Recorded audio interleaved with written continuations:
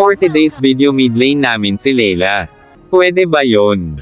Pero ganun na nga mag-adjust o hindi tuloy ang laro. Ika nga nila the show must go on, sa isang buff ko lang sana sasamahan yung core namin kaso.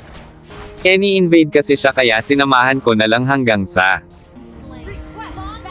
Dahil nakita ko sa mapa yung tatlong hero yung magkakasama hinintay ko yung tamang pagkakataon para mahiwalay yung isa sa namin inambush, para makapag-respo man sila huli na.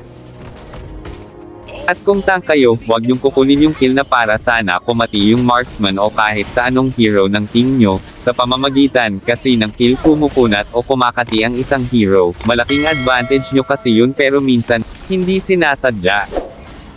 Kaya nung nakikita ko na nalulugi na yung marksman namin sinamahan ko na siya hanggang tumaba siya, isa pang susi para manalo wag nyong hahayaan na laging matay-take down yung marksman at core nyo kasi sa huli sila ang magpapanalo sa laro.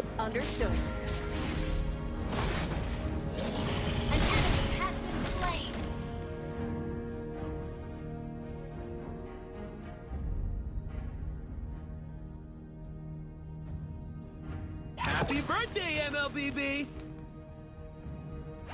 Yun na yun? Kaya nung nakita ko na yung Sun na nag-i-split push sinigurado ko na hindi makakauwi ang mga kalaban namin, yan ang kahalagahan ng may mapa. Pahinga muna.